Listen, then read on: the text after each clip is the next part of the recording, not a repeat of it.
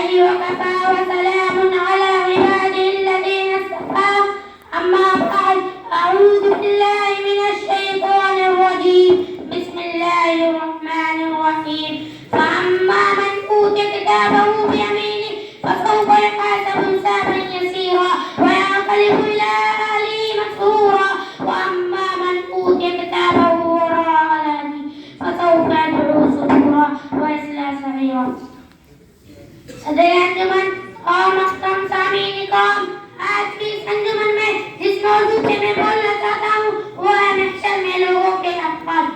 محترم حضرات، محشر میں لوگ کئی قسم کے ہوں گے، کفار ذلت اور رسوائی اور حسد کی کیفیت میں ہوں گے. ان میں سے ایک کہے گا یا لیتنی کنت ترابا، اے کاش کہ میں مٹی ہو جاتا.